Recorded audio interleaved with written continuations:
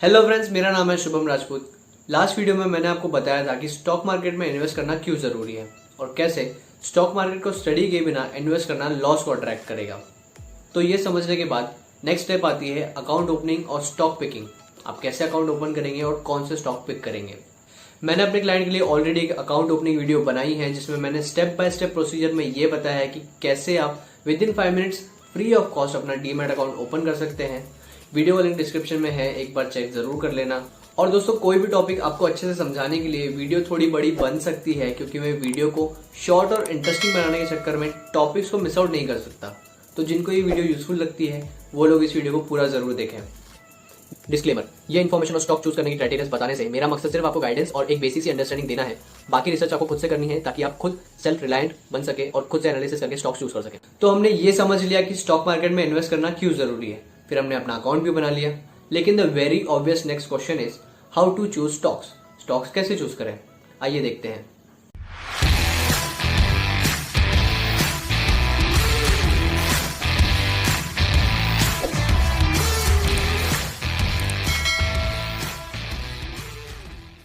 Language थोड़ी सी technical हो सकती है, लेकिन फिर यही तो लोग पीछे हट जाते हैं। आपको नहीं हटना है, कोशिश करनी है समझने की और थोड़ा टाइम देना है इस चीज को। जब आपको कोई स्टॉक एक इन्वेस्टमेंट ऑप्शन के हिसाब से चूज करना होता है तब आपको कुछ क्राइटेरियाज को ध्यान में रखना होगा। तो बात करते हैं उन क्राइटेरियाज की जिससे आपको पता चलेगा कि क्या वो कंपनी इन्वेस्ट करने लायक है, क्या फ्यूचर में उसकी ग्रोथ होगी। Criteria number 1, profit and sales figures. अगर कंपनी का सेल ज्यादा होगा तो ऑब्वियसली प्रॉफिट भी ज्यादा होगा। तो जिस कंपनी के प्रॉफिट एंड सेल्स फिगर्स अच्छे होंगे तो वहां हमें ग्रीन सिग्नल मिल जाता है, right? Wrong, because company profit and sales figures को इजीली मैनिपुलेट कर सकती है और चेंज कर सकती है। एनीवे, मैं इस पॉइंट को ज्यादा डीप में नहीं समझाऊंगा, बस आप इतना समझ लीजिए कि प्रॉफिट और सेल्स फिगर्स का अच्छा होना एकमात्र क्राइटेरिया नहीं है। आपको इन फिगर्स को भी एनालाइज करना है, लेकिन इन्हीं परम सत्य मानकर आपको कोई इन्वेस्टमेंट डिसीजन नहीं लेना है। आपको डेफिनेटली दूसरे फैक्टर्स को भी कंसिडर करना होगा। Criteria number 2, return on equity, the most important parameter. Suppose same locality में 2 रेस्टोरेंट्स हैं और आपके पास ऑप्शन है कि आप दोनों में इन्वेस्ट कर सकते हैं।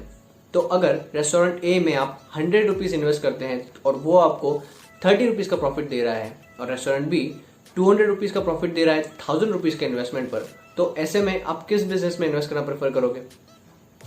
देखा जाए तो सेकंड बिजनेस ने आपको ज्यादा प्रॉफिट दिया, लेकिन ध्यान देने वाली बात है कि आपका इन्वेस्टमेंट भी वहां ज्यादा था।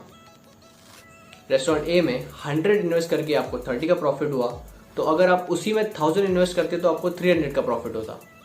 सिंपल वर्ड्स में हम ये कह सकते हैं कि रेस्टोरेंट ए का रिटर्न ऑन इन्वेस्टमेंट 30% है, जबकि रेस्टोरेंट बी का रिटर्न ऑन इन्वेस्टमेंट 20% है।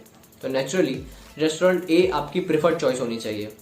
इसीलिए किसी भी कंपनी में इन्वेस्ट करने से पहले आपको उसका आरओई यानी रिटर्न ऑन इक्विटी कंसिडर करना बहुत जरूरी है। Let's see the next criteria जिसकी वजह से कंपनी आरओई बढ़ता है। क्राइटेरिया नंबर 3, इकोनॉमिक मोड और कॉम्पिटिटिव एडवांटेज। किसी भी बिजनेस की उस स्ट्रेटेजी को इकोनॉमिक मोड कहा जाता है जिसमें वो अपने कॉम्पिटिटर्स के अगेंस्ट एक कॉम्पिटिटिव एडवांटेज को मेंटेन कर सके और लॉन्ग टर्म प्रॉफिट्स को प्रोटेक्ट कर सके। एग्जाम्पल, एप्पल इनकॉर्पोरेटेड, कैडबरी और जियो, ये कुछ ऐसी कंपनी है जिनके अपने इकोनॉमिक मोड है। तो आपका प्रेफरेंस होना चाहिए वो स्टॉक्स जिनका आरओई 20% से ज्यादा है या इंप्रूव हो रहा है। आपका इन्वेस्टमेंट डिसीजन सिर्फ नंबर्स पर बेस्ड नहीं होना चाहिए। आप ये एज्यूम नहीं कर सकते कि एक बहुत प्रॉफिटेबल कंपनी फ्यूचर में भी अपनी प्रॉफिटेबिलिटी को मेंटेन कर सकेगी। तो आप फोकस करेंगे ऐसी कंपनीज पर जिनमें एक इकोनॉमिक मोड हो। लेकिन कंपनीज ये इकोनॉमिक मोड कैसे बनाती है? सबसे कॉमन तरीका है कॉम्पिटिटर से बेटर प्रोडक्ट और सर्विस देना। लोग एक अच्छे प्रोडक्ट या सर्विस के लिए थोड़ा ज्यादा पे करने से बिल्कुल नहीं हिचकिचाते। For example, Apple products.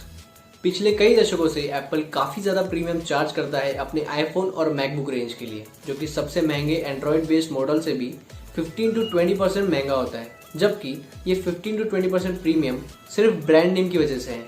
देखा जाए तो फंक्शनलिटी में ऐसे कोई सिग्निफिकेंट डिफरेंसेस नहीं है। हाँ, एप्पल का लोगो और फोन का डिजाइन जरूर थोड़ा आई कैचिंग है जो लोगों का अटेंशन ड्रॉ कर लेता है, और इसी की वजह से वो प्रीमियम हैंडसेट मार्केट में एक काफी वाइड इकोनॉमिक मोड है। अब बात करते हैं कि इकोनॉमिक मोड को आइडेंटिफाई कैसे करें। आपको एनालाइज करना होगा supply demand scenario, customer base और प्रोडक्ट या सर्विस डिफरेंशिएटिंग फैक्टर्स को। वैसे तो इसका कोई स्पेसिफिक फॉर्मूला नहीं है, लेकिन पिछले 5-10 सालों से बढ़ता रिटर्न ऑन इक्विटी और इम्प्रूव्ड ऑपरेटिंग मार्जिन और कैश फ्लो आपको एक सस्टेनिंग इकोनॉमिक मोड का सिग्नल देता है। Coming to our fourth criteria, debt, the dangerous 4-letter word. किसी भी कंपनी का डेट पोजीशन एनालाइज करने के लिए काफी ऐसे रेशियोज अवेलेबल हैं, जैसे debt to equity ratio, interest coverage ratio, current ratio, quick ratio and debt to owners fund. लेकिन मैं ये सारे रेशियोज को डिटेल में बता के आपको कंफ्यूज नहीं करना चाहता। आप सिर्फ कंसिडर करेंगे डेट टू इक्विटी रेशियो को, जो बाकी सारे रेशियोज का पर्पस सर्व कर देगा। तो किसी भी स्टॉक में इन्वेस्ट करने से पहले आपको उसका debt to equity ratio check करना है। अगर वो रेशियो 1 से ज्यादा है और बढ़ते ही जा रहा है तो वो एक रेड सिग्नल है। आपको उस कंपनी को अवॉइड करना है और फोकस करना है ऐसी कंपनीज पर जिनका डेट टू इक्विटी रेशियो 1 से कम है।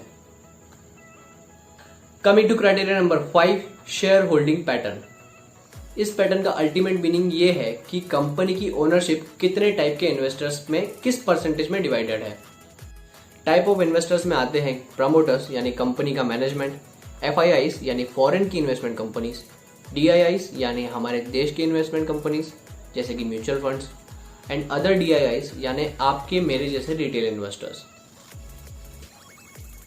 लॉन्ग स्टोरी शॉर्ट, ये सारे type of investors stock market में अपना पैसा इन्वेस्ट करते हैं। तो हमें अब ये देखना है कि जो प्रमोटर ग्रुप है उसने खुद कितना पैसा इन्वेस्ट किया हुआ है अपनी कंपनी में।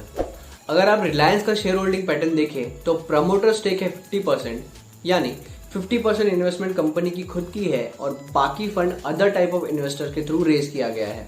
सिमिलरली अगर येस बैंक का पैटर्न देखें तो लेटेस्ट अपडेट्स के हिसाब से कंपनी मैनेजमेंट ने अपना सारा इन्वेस्टेड पैसा निकाल लिया है। So the promoter holding is 0% now and the share price has come down to as low as ₹11। तो आपको ऐसी कंपनीज को अवॉइड करना है जिन्होंने अपनी होल्डिंग्स का 50% से ज्यादा पोर्शन प्लेज किया है। Now what is pledging? Pledge करना यानी गिरवी रखना। बैंक शेयर्स को एसेट मानती है क्योंकि उन्हें बेच के पैसा रिटेन किया जा सकता है, इसीलिए वो शेयर्स को गिरवी रख के प्रमोटर्स को लोन दे देती है। लेकिन एक काफी रिस्की चीज है क्योंकि प्रमोटर्स अपना शेयर तभी गिरवी रखते हैं जब उनके पास फंड रेज करने के लिए और कोई ऑप्शन नहीं होता। तो ये थी कुछ बेसिक से अंडरस्टैंडिंग, जहां एक इन्वेस्टमेंट ऑप्शन के हिसाब से आप किसी भी कंपनी के फाइनेंशियल हेल्थ और परफॉर्मेंस को ट्रैक कर सकते हैं। तो अब आपको कौन सी कंडीशंस में किसी भी कंपनी में इन्वेस्ट नहीं करना है? नंबर 1, अगर पिछले 5 सालों से रिटर्न ऑन इक्विटी 12% से कम है और इम्प्रूव नहीं हो रही है। Number 2, debt to equity ratio 1 से ज्यादा है एंड पिछले कुछ सालों से बढ़ता ही जा रहा है। नंबर 3, अगर प्रमोटर अपनी होल्डिंग्स का 50% से ज्यादा पोर्शन गिरवी रख देते हैं। तो ये हुई कंडीशंस किसी स्टॉक को अवॉइड करने वाली। लेट्स टॉक अबाउट कौन से ऐसे क्राइटेरिया है जिनको हम एक ग्रीन सिग्नल कंसिडर करेंगे। नंबर 1, रिटर्न ऑन इक्विटी 18% से ज्यादा है और इंप्रूव हो रही है। Number 2, debt to equity ratio 1 से कम है और पिछले कुछ सालों से कम होता आ रहा है। नंबर 3, अगर प्रमोटर्स ने अपनी होल्डिंग्स का 20% से कम पोर्शन प्लेज किया है और ओवर द ईयर्स रिड्यूस होते जा रहा है। सो आई होप आप इन क्राइटेरिया को फॉलो करोगे और किसी भी रिकमेंडेशन को इन क्राइटेरिया से वेरीफाई किए बिना रेफर नहीं करोगे। तो अगर आप यहाँ तक आ ही गए हो और आपको वीडियो एजुकेटिंग लगी तो सब्सक्राइब भी कर ही देना। See you in the next video.